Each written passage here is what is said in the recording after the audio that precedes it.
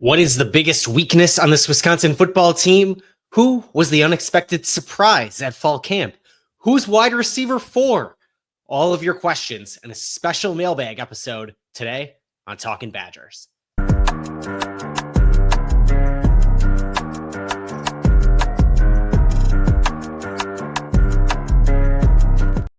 Yes, it is Talkin Badgers, powered by BadgerNotes.com. I am your host, Kedrick Stumbris.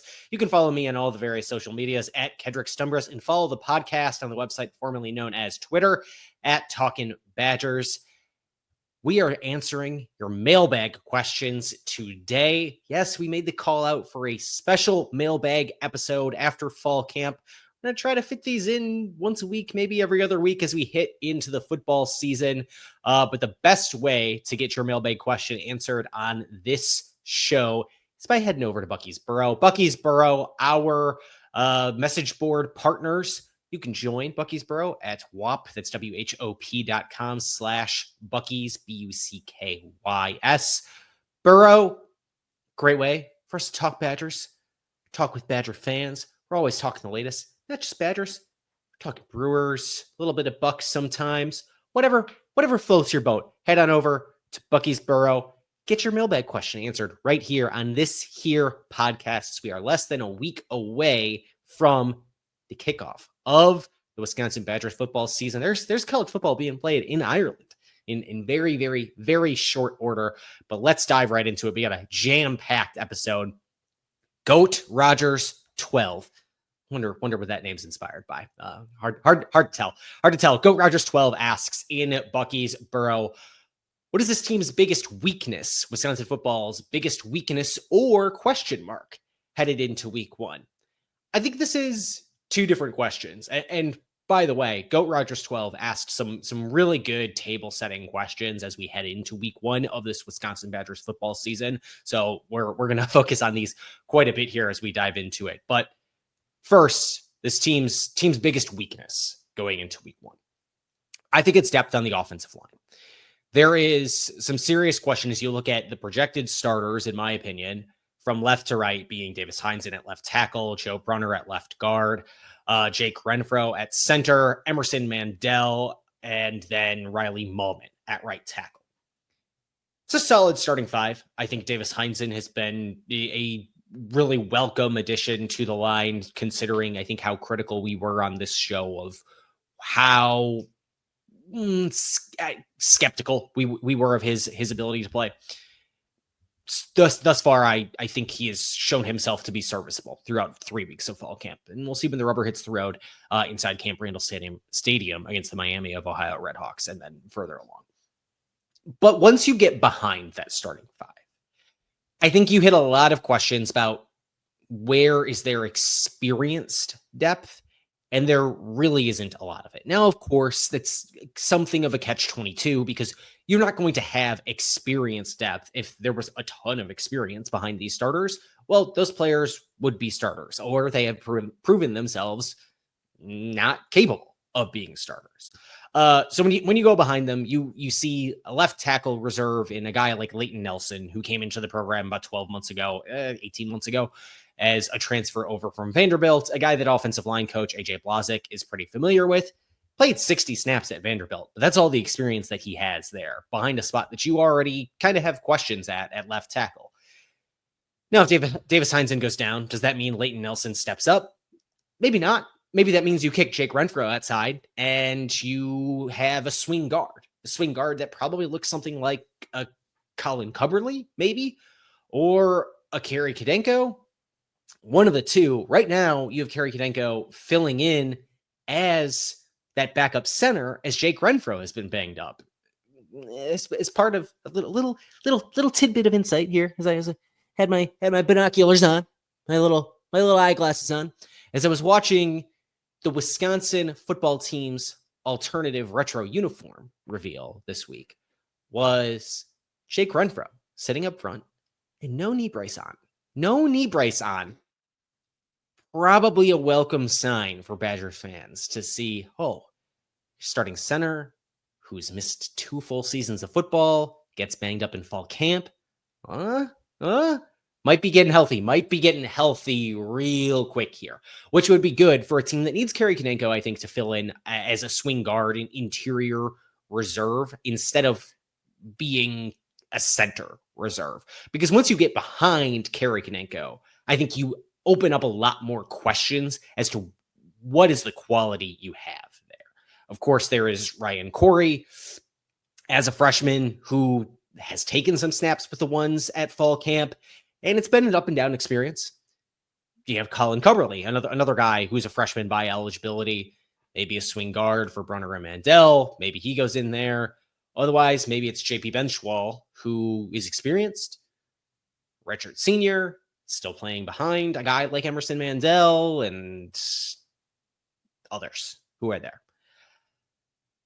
I think the big thing you really have to avoid is what happens if Riley Mahlman goes down. I think if that happens, you don't have really great answers at right tackle. And that's the biggest weakness. If we're digging into the biggest weakness of the biggest weakness, it would be the level of experience you have in offensive line depth and at right tackle in particular is a big question for me. When we're talking big questions, and also what Goat Rogers 12 asked is, what is the biggest question mark on this team headed into week one? I think it's whether or not the big improvements on the front seven of the defense actually hold up. If they are big improvements, they certainly project as improvements. And are they good enough? Because from what I have seen at fall camp, it's been an up and down experience. That's why, part of playing against yourself every day. And Dylan Jones looks great, and that's exciting. But what does that mean about the interior of your defensive line? And what does that mean about, is the offensive line getting a really big push and opening up gaps? Or is the defensive line overmatched? And on the days where the run game doesn't look that good, well, does that mean the defensive line is great? And we'll find out. We will find out. Overall, it's been a very up and down in fall camp. I think particularly stopping the run for the front seven. And remember, this is a defensive front that really, really, really badly needs to improve. Finished last in the country in tackles for loss a season ago, one of the country's worst in sacks and havoc rating overall. I think if you're looking at the front seven and kind of breaking it down spot by spot, on the interior, you have Ben Barton, who still steps into a starting role, who I think should be a small improvement from where he was in that same starting role a year ago. He's put on a lot more weight. He says that he feels a lot better. He says, as we've played on this show before, just better about his role in just being a guy who's going to line up at zero tech and staff's going to let him go. You have a guy lining up with him on the interior and Charles Perkins, who I think is at worst replacement level for Kurt Neal. I think at worst you are kind of back to where you were a season ago.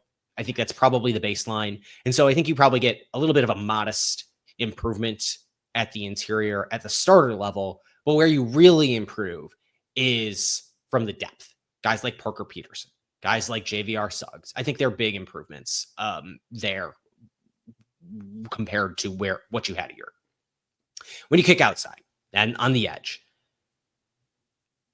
if you are the defensive coordinator for this football team, you are certainly hoping for a Darrell Peterson to return to 2023 form, a guy who had 10 tackles for loss, compared to last year where you had 1 tackle for loss and 1 sack, compared to 4.5 sacks in 2023.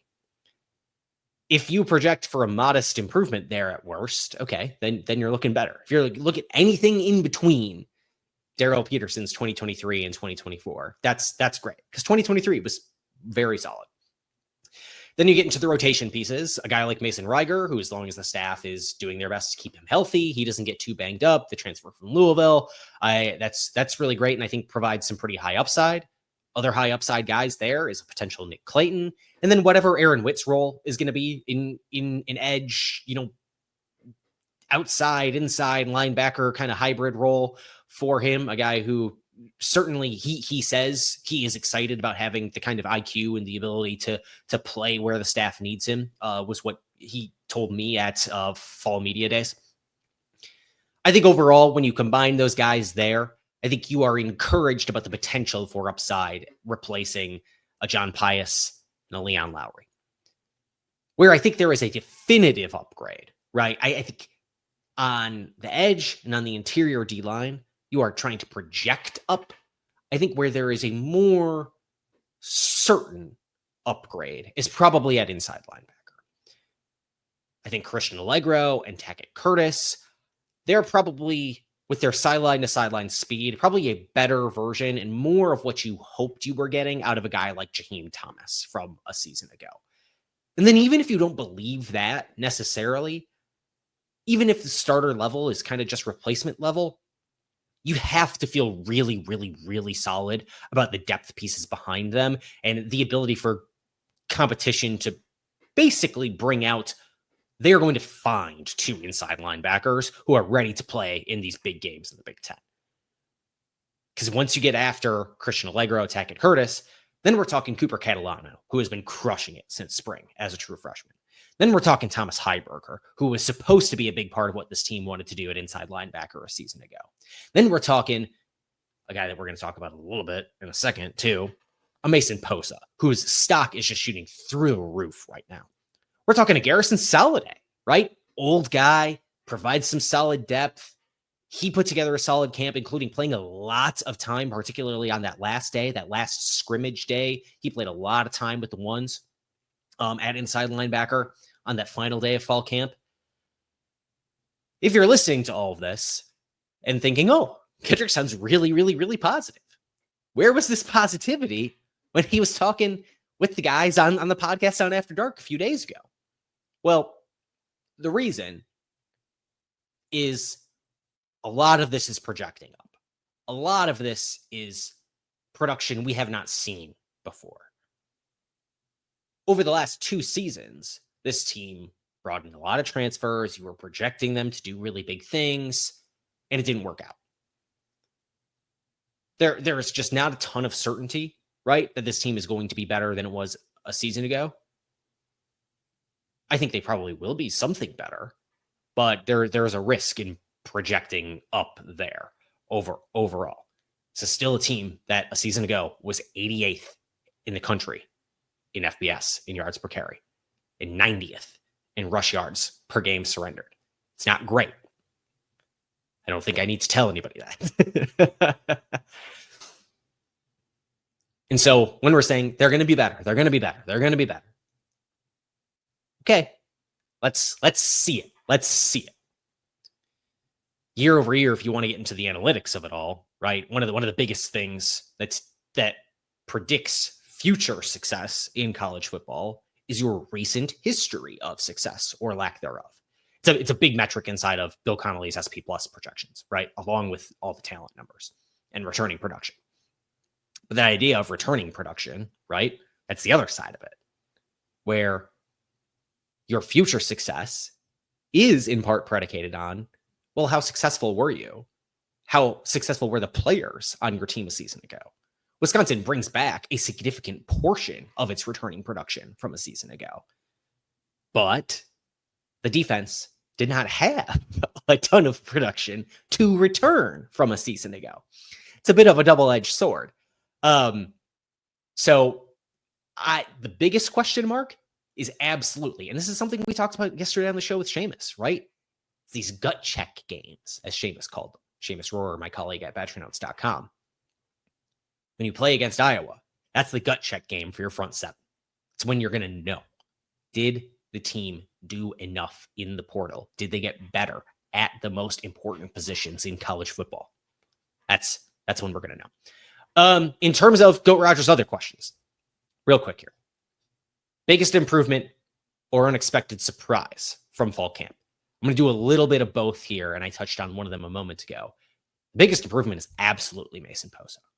And it's just the baseline of you just didn't know necessarily what you were getting from him walking in on day one. Day one in August, when it's really hard for a high schooler. The kid was in high school 2 months ago. 2 months ago. High school ends really late in Wisconsin. It's really hard for a kid like that to enroll late, despite having good reasons to do so. Got to go win another state wrestling title. Mason Posa didn't go to high school in Wisconsin. I don't know why I said that. He went to high school in New Mexico. I'm thinking of Cooper Catalano. Mason Posa has absolutely just skyrocketed his stock. He looks really, really, really good. On the last day of fall camp, he basically played alongside Cooper Catalano in that role that looked like the twos, right? The defense going up against a guy like Danny O'Neal at quarterback in that offense. Mason Posa was playing next to him the whole time.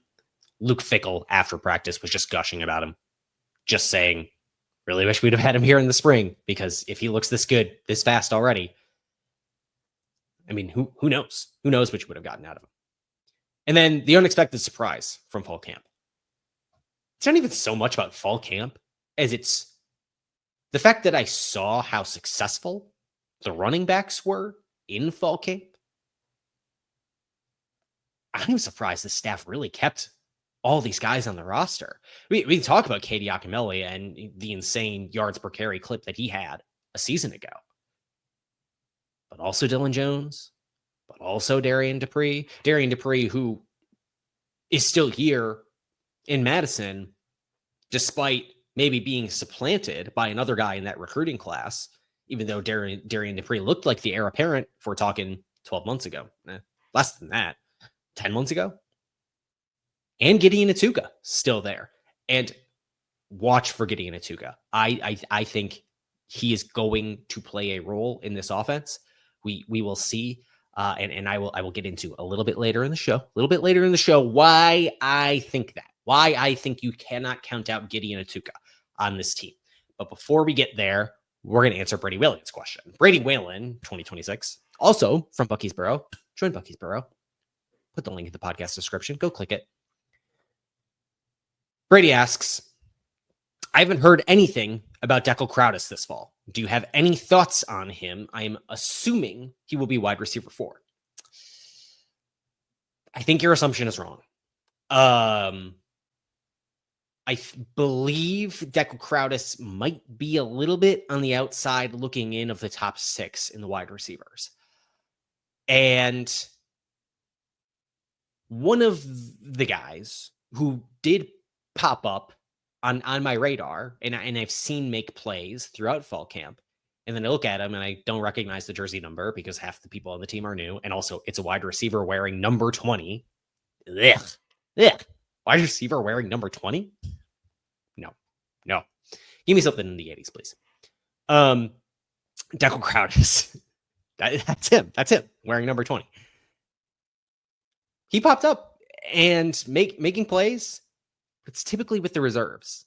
And I think there are a couple of guys who do the things Crowdus does and maybe does them better. And those are Terrell Henry, who the staff has shown is really rotating in with, Vinny Anthony checking in, checking out, Trach Kahuna checking in, checking out. He's going to play one of those 2 roles, I think, is a reserve. And then Eugene Hilton, I think, is going to play something of a Jaden Ballard. Give him a blow kind of role. And Jaden Ballard can really take the top off of defense. Well, I say that. We saw it a lot more in spring than we did in the fall, but that's what you're counting on from him. And I think Eugene Hilton does those things and does the route running things really, really, really well. And it's not really anything against Dekel Crowdus, but he just might be crowded out in a room that I think projects to have a pretty decent array of talent, but just isn't going to rely on as many wide receivers as it has in the Phil Longo era. Chris Brooks Jr. also, I think, is ready to graduate up from a special teamer role into playing more with the first team and rotate in more often. So I think Dekel Crowdus, transfer wide receiver in by way of Kentucky and Hawaii. I think he might be on the outside looking in of this wide receiver room, of this wide receiver rotation. Next questions that I'm going to take from a couple of guys that I really, really enjoy, long time commenters who I really enjoy seeing. Mark 8337. 8337. I don't know how many 3s I said. I may have said 3 3s and it was only 2 3s. Mark writes, I love Grimes and the new system. Let's face it, for whatever reason, it stunk with Longo. However, I do want to see some pep between plays on offense. Doesn't have to be hurry up, but energy / pop. Not not dragging our butts. I made an edit. Up to the line of scrimmage, having a healthy tempo. I do think we're going to see some of this situationally, Mark. I do think we're going to see some situational, get to the line, hurry up, and cause some trouble with the Grimes offense. And I say that because we saw it. We saw it at camp. A lot of it on the last day of camp in particular. It is hard to know whether this was planned when we saw it at camp, planned as a test to the defense, to test the defense situationally, or if it was something the offense was really trying to install in for its own situational awareness. Again, push-pull. It's hard to know, but in that scrimmage to close camp, we saw a lot of no huddle going into third and medium, third and long. That was preventing the defense from getting its subs in, from getting its preferred personnel on the field, and it caused some frustrations. It did lead to a Eugene Hilton, back corner touchdown on either third or fourth down in the red zone that was successful because there was not. You got to have the right guy covering Eugene Hilton, especially if you're playing with the defensive reserves. Otherwise, you are not in a good place if you are a defender.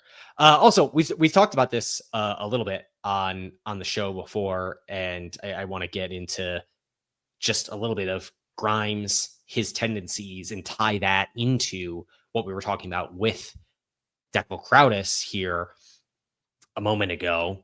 One of these Grimes tendencies is that from time to time, he's going to step up and play some no huddle and try to get you. Maybe catch you with the Goat Rogers 12 special, right? 13 on the field, 12 on the field. Ugh, too many numbers. But one of these Grimes tendencies as a scheme and a philosopher is maybe leading me to believe like let's cool the jets on Eugene Hilton Jr. a little bit here, because while I think he has a spot in the wide receiver rotation, again, only once in the Grimes tenure as an offensive coordinator has he had a fourth wide receiver, play a significant role in the offense. It's more likely this is a really heavy top three. And part of that's Grimes plays in 11 personnel, 1 running back, 1 tight end, 3 wide receivers, about 51% of the time. That was his clip in his season at Kansas in 2024. And then behind it, right? It's not like they're going out and playing 10 personnel. It's 12 personnel, 2 tight ends, or 2 running back sets. That's where I think we're going to see some guys like a Katie Akameli, a Gideon Atuka, like I mentioned before. That's where I think we're really going to see them cook, and hopefully see some Jackson Aker cook there as well. But when I think about these tendencies by Grimes, whether it's tempo or how many wide receivers are actually going to see the field, you got to look back at what we've seen. And a season ago, Kansas was 112th in pass plays per offensive snap last season. Some of that was that Kansas had a more mobile quarterback in Jalen Daniels, much more mobile than a Billy Edwards Jr. is. But he had 93 rushing attempts on the year, and he was their second leading rusher. So you can't exactly apply that situation from Kansas 2024 to Wisconsin 2025. But I think it does tell us just there's always examples of it's not a guy who spreads the ball around a lot as an offensive philosopher. It's not a guy who's going to be super pass happy as an offensive philosopher. I think we might see some fun jet motion stuff, some fly sweeps. I think we might see some of that. And I think that'll make Wisconsin football fans happy, particularly if they're trying to get some of these wide receivers involved, like a Tresh Kekahuna on some more fun things. The last question I wanted to get to today was from Bill Woj, another one of my favorite longtime commenters on our channel here. Bill asked, Would you guys agree that if Fickle had a healthy Tanner Mordecai and Tyler Van Dyke, that no one would be talking about how bad the program is? I think they beat Indiana and Northwestern in 2023 with Mordecai and win 2 more games in 2024 with Tyler Van Dyke. This is the fundamental question, right? Isn't it? Is it not? Is this not the baseline question for how any one of us is thinking about Wisconsin football in 2025? I think that if Wisconsin had a fully healthy Tanner Mordecai, a fully healthy Tyler Van Dyke, maybe things aren't as dire. But either way, I don't think people are over the moon with this Wisconsin football team, with how you frame it. And let's leave the idea of maybe that means that Wisconsin's walking into 2025 with a Braden Locke starting quarterback after he sat on the bench for 2 years. That'd be interesting. But I think probably if Wisconsin had a healthy starting quarterback the last 2 seasons, people are likely pointing to something like 6 wins, even if UW won 6 games in 2024. It's the same number of regular season wins that Wisconsin had in 2022. And even if Wisconsin won, like Bill Woj said here, 2 more games in 2024 to win 7, that's still not even meeting the mark set in Paul Christ's last full regular season in Madison. And yeah, you can quibble about the schedule. Last year's schedule was probably more difficult in 2024 than the 2021 schedule. But I don't know how much people want to hear us quibble about the schedule anymore. You still have to win games. And if you want to separate it from the quarterback play, right? I don't think it is as simple as a healthy quarterback in Madison, Bill. I don't. And that's why I think a lot of us are on this channel are more negative than I think many people want us to be. But last year, like we mentioned at the top of the show, right? We have to project up quite a bit on this defensive front because this was a team that finished last in tackles for loss. A team that was, I think, 16th to last in the country, certainly sub 100 in havoc rate. That has nothing to do with the backup quarterback. Nothing. Daryl Peterson going from 10 TFLs to 1 TFL across 2023 to 2024, that has nothing to do with the backup quarterback. The program finished sub 100 last season in takeaways per game. They had a total of 4 interceptions in 2024. Ricardo Hallman had 7 picks in 2023. That has nothing to do with the backup quarterback. The defense gave up 4.6 yards per rush in 2024. 4.6 yards per rush. And allowed more yards per carry than the offense gained. Both of those for the first time in 20 years that happened to Wisconsin football. In 20 years. And if you want to say, okay, but sometimes the backup QB is going to get to you. What I believe Wisconsin fans came to love about this program over the last 2 decades was not that Wisconsin won with quarterback talent. That's never what anybody said. Never what anybody said. Wisconsin won and had one of the longest bowl streaks in the country in spite of quarterback play. Like year over year, right? It was building through the line of trenches. It was Jim Leonard defenses. It was Jonathan Taylor. It was James White. It was Melvin Gordon. Even in years where Wisconsin had to go to its backup quarterback, which has been a lot. In 2020, Graham Mertz was the backup quarterback. That team made a bowl. And Graham Mertz was great in that opener against the Illinois Fighting Illini when Patrick Mahomes is tweeting about the kid. But then he caught COVID-19 and things weren't really the same the rest of the year. In 2018, Wisconsin had to get multiple starts out of backup quarterback Jack Cohn, and they won 8 games. In 2016, Alex Hornibrook took the starting gig and played in something of a 2-quarterback system alongside Bart Houston, who started that game inside Lambeau Field against LSU and then lost his game inside in what was it? The game against Akron? And that team won a New Year's Six Bowl on the back of a backup quarterback. I think they each played like a half in that game, that Cotton Bowl. In 2014, Gary Anderson played footsie with Joel Stave and Tanner McAvoy basically the whole season, and that team still won 11 games in the Outback Bowl. In 2012, Joel Stave, Kurt Phillips, and Danny O'Brien all had over 80 pass attempts. All of them. 3 quarterbacks with above 80 pass attempts in 2012. And that team still won the Big Ten title, asterisk be damned, 70-31. It is not about backup quarterback play being the excuse in Madison, because this program used to win games despite backup quarterbacks through the strength of its defense, which has been missing, through the strength of its defensive front, which has been missing.